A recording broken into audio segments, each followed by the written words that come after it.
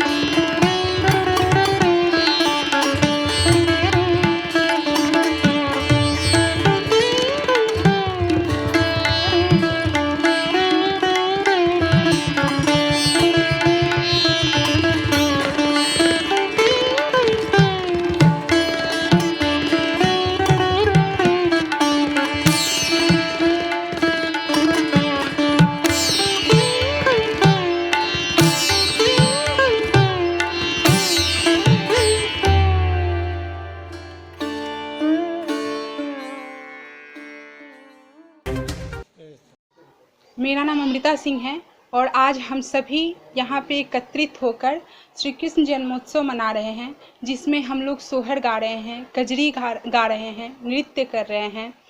तो हम लोगों ने सोहर गाया, जुग जुग जिय सुललनवा, भवनवा के भाग जागल हो।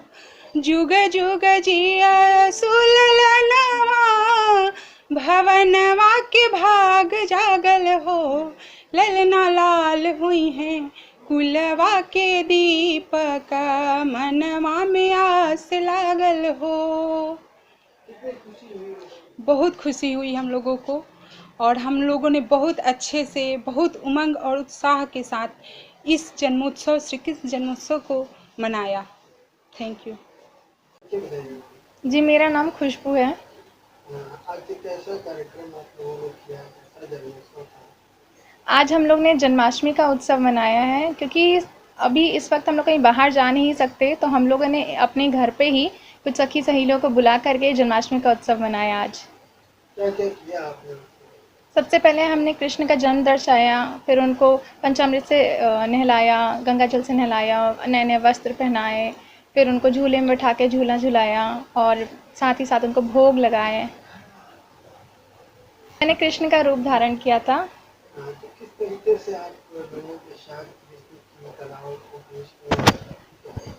जी, कैसा कृष्ण लगा, कैसा अनुभव? जी, ये बहुत अच्छा अनुभव था, क्योंकि कृष्ण जन्माष्टमी पे हम लोग जब कृष्ण जी का जन्म करते हैं तो साथ ही साथ हम उसके साथ उत्सव भी मनाते हैं। तो उत्सव में हम कजरी गीत गाते हैं, सोहर गीत गाते हैं, साथ ही साथ हम क्या करते हैं कि डांडिया का उत्सव करते हैं, डांडिया बनाते हैं। कृष्ण की तरह हम सोचते हैं कि हम भी रासलीला रचा रहे हैं, तो कोई कृष्ण का रूप धारण करता है, कोई राधा का, कुछ गोपियाँ बनते हैं। तो इस तरह से हम ये रासलीला नचाते हैं।